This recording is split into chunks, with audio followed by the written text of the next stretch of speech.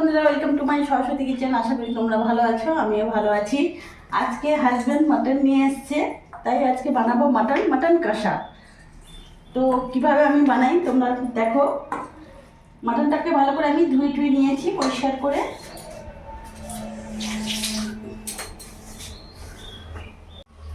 সব উপকরণগুলো দিয়ে দেবো।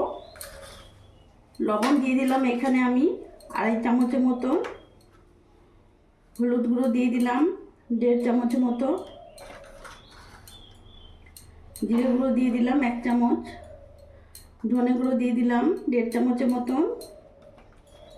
আর লঙ্কা গুঁড়ো দিয়ে দিলাম এখানে 1.5 চামচের মতো। ওপর থেকে একটু সর্ষের তেল দিয়ে দিলাম। মাটন কষা মানে সর্ষের তেল লাগবেই। এখানে আদা রসুন লঙ্কার পেস্ট নিয়েছি, পুরোটা দিয়ে দেবো।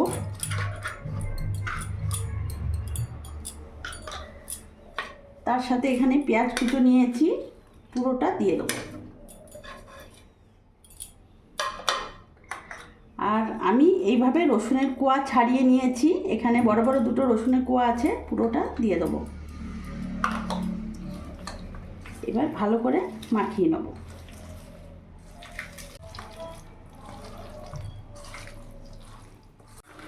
অনেকক্ষণ ধরেই আমি মাখাবো ভালো করে।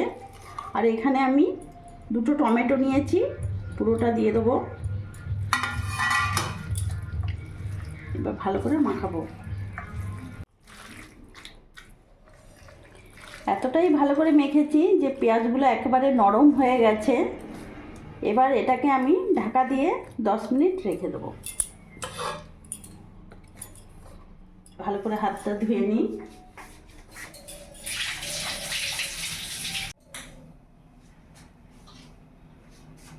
কড়াইতে সরষের তেল দিয়ে দেবো।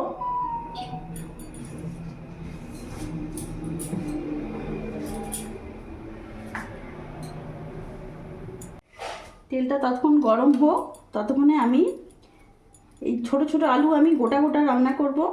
তাই আলুগুলোতে এইভাবে কাঁটা চামচ দিয়ে এইভাবে ফুটো ফুটো করে নেব। তাতে নুন মশলা ভালো ঢুকবে, আলুটা খেতেও স্বাদ লাগবে।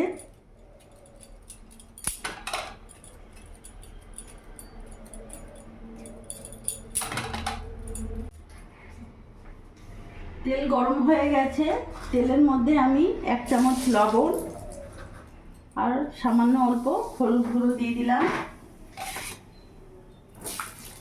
এবার আলুগুলো আমি ভালো করে লাল লাল করে ভেজে নেব।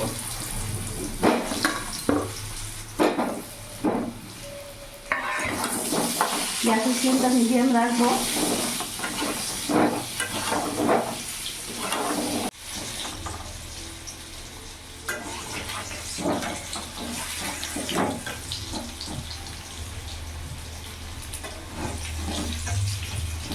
আলুগুলো লাল লাল করে ভেজে নিয়েছি, এবার নামিয়ে ফেলবো।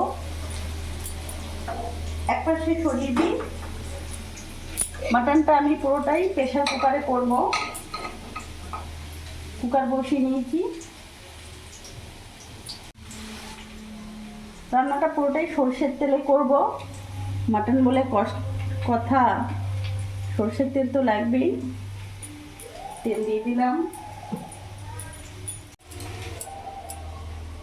তেলটা চারিদিকে বুলিয়ে নিয়েছি। তেল গরম হয়ে গেছে, এখানে ফোড়নে দিয়ে দিলাম তেজপাতা, শুকনো লঙ্কা, গোটা জিরে, গোটা গরম মশলা।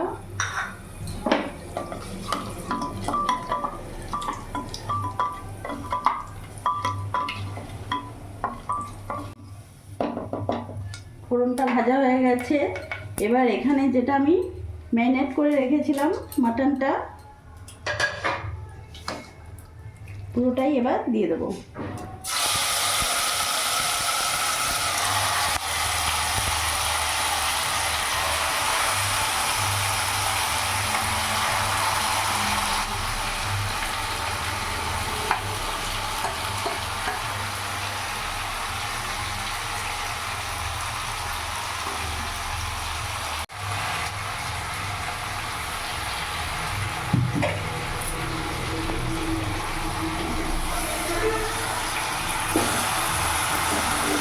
ভালো করে নাড়াচাড়া করে নেব।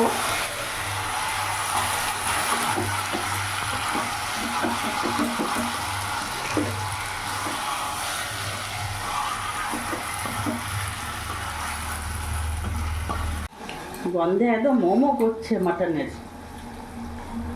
এরই মধ্যে ভেজে রাখা আলুগুলো দিয়ে দেবো।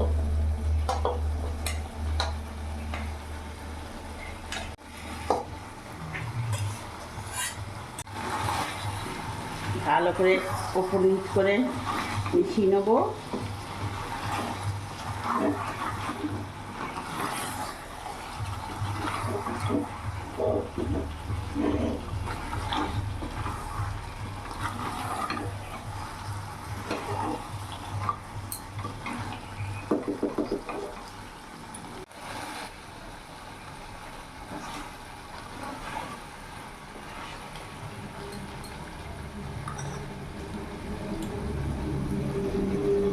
এরই মধ্যে এখন ধনেপাতা কুচিগুলো দিয়ে দেবো।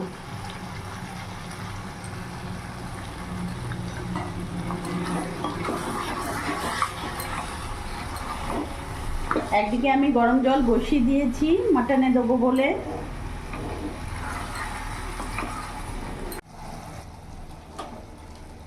এদিকে গরম করে রাখা জলটা আমি পুরোটা দিয়ে দেবো।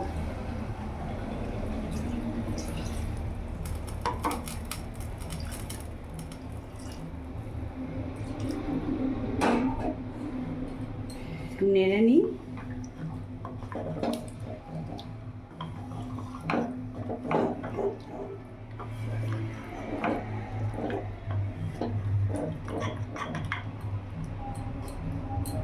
খুব সুন্দর কষা হয়েছে। এবার ঢাকা দিয়ে দেবো।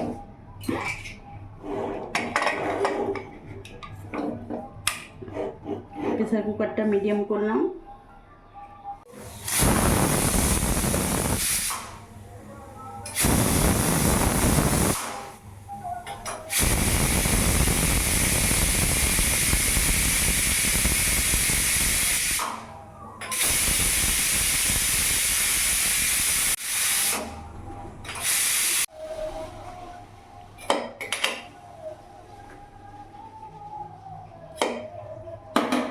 মটন একেবারে রেডি।